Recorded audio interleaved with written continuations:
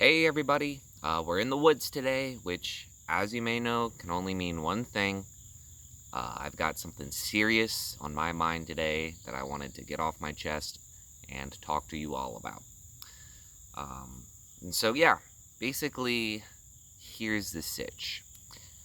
I was recently given the opportunity to do the one-act show that I wrote, Learn Solitaire from the Pros, at a local gaming festival. Um, Something I'm really excited about. It's a show I really love and think is a really great and funny show. I have an older video of it on my channel if you want to check it out. But anyways, basically the premise is it needs to be done. It doesn't need to, but it works best if it's done at some sort of gaming convention, right? So the idea is it's like presenting itself as like a serious panel discussion, and it kind of just goes off the tracks, and I think it's really funny and great. And I saw that there was a convention happening near me later this year, so I submitted it, and I put the submission in like June, and they got back to me around September, basically saying, scared the shit out of me.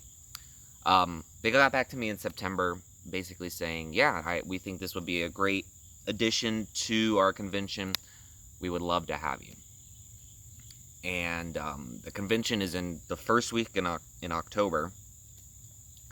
And so I kind of was faced with a time crunch. I needed to find people to actually act in the show alongside with me. And I had a very limited amount of time to actually find people. So I put out a casting call, and I reached out to basically every person I know and have met since moving down to North Carolina. Saying, hey, I'm doing this show. If you're interested, send in an audition, or if you know somebody that's interested, have them send in an audition. And it was a struggle. I had a really hard time finding a cast to do the show. But I eventually more or less rounded out the cast. There's 6 people that you need to do the show, and I got auditions from people, and I was able to cast 4 of the parts. So including myself and the 4 other people, that makes 5.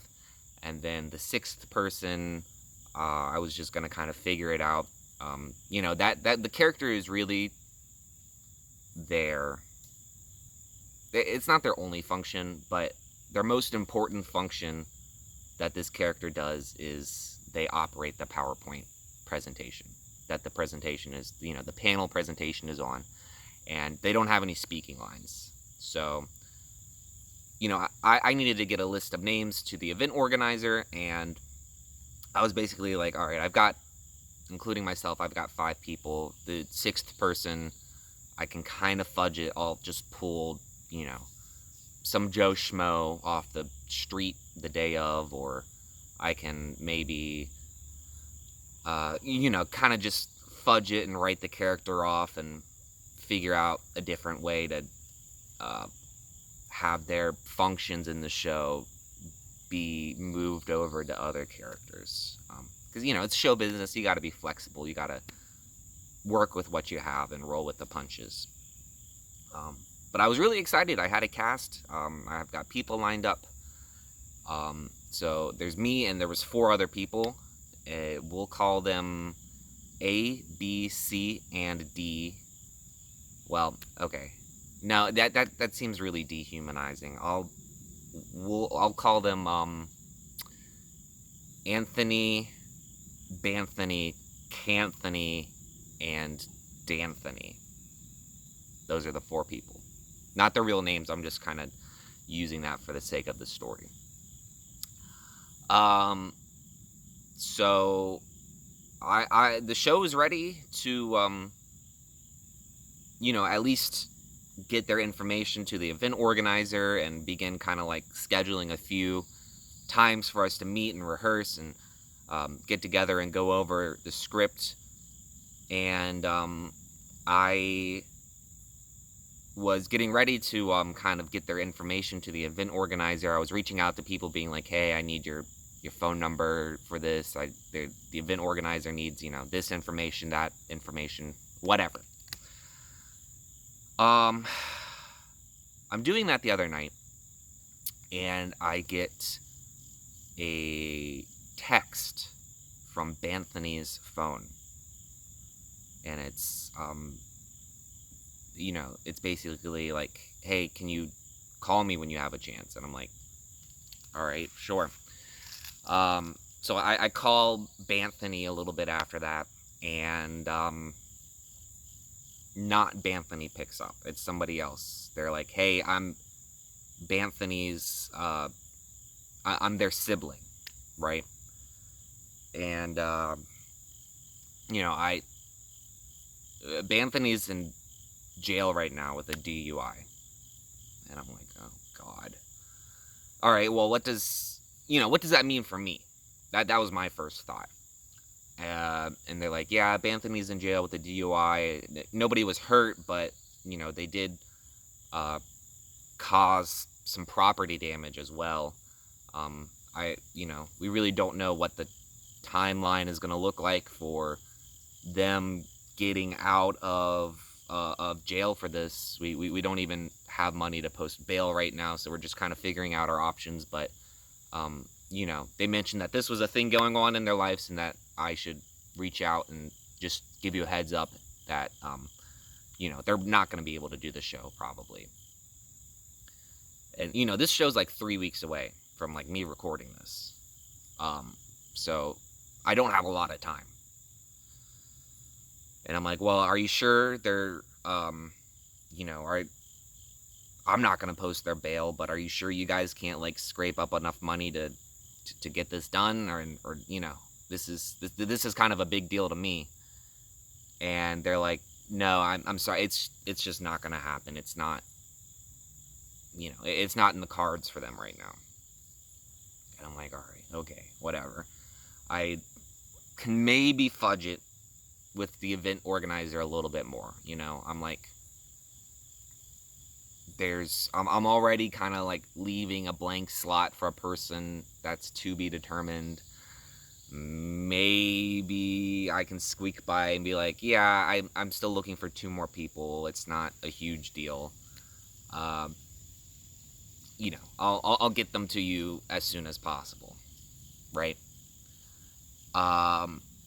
As that's happening, I'm also getting an email from Canthony. And Canthony's like, hey, I double-checked the event dates. I'm totally sorry. I overlooked this. I'd already promised my my partner. I promised my partner that, I would pick up them and their parents from the airport the day that the show is supposed to be. And I'm like, all right, well, that's that sucks for them, I guess. They're gonna be waiting at the airport while you do this show. And they're like, no, I already made this commitment to them, so I feel like, I don't want to. I need to follow through with this prior commitment that I made. I'm like, okay, so, like, what? You're gonna, like, do the show and you won't be able to, like, stay for curtain call or what? And they're like, well, their flight's supposed to arrive at 12:30, and, the show was slotted to be at 1 p.m. And I'm like, okay, so, it's not an ideal timeline, but you should be able to squeeze it in. And, like, it's the airport. It's kind of tricky. And again, I don't want to let down my partner and their family. And in my head, I'm like, who gives a fuck about those people? I don't. You're screwing me over, guy or girl. Again, I'm not This isn't a... I'm not trying to reveal any personal information. But, yeah, Canthony, long story short, they're out too. So now, I'm out 3 actors, you know. 1 who I wasn't even able to cast in the first place. And then 2 more who are gone because they fucked up their own lives somehow. And aren't able to be responsible adults for some reason. And I'm like, okay, guys. The tough situation, but I think we can still pull this off. I think we can make it work, maybe. And I reach out to Anthony and D'Anthony, and I'm like, hey, this... I really need to get some names to the event organizer. And we're out 3 people. Do you know anyone at all who would be willing to do this and able to do this? And that's when Anthony comes back to me and is like, yeah, I don't know about this. I didn't, I kind of like auditioned for this as a favor to you, but I wasn't expecting you to get cast, so I don't really know how on board with this I am either. And I'm like, okay, guy. Like, at this point now, it's just me and D'Anthony, right? And, like, the thing about D'Anthony is, I don't think they would have been my first pick. They're an okay actor, but I'm trying to think of the best way to word this. From like a personality standpoint, they are a little odd, right? D'Anthony is one of those people that's,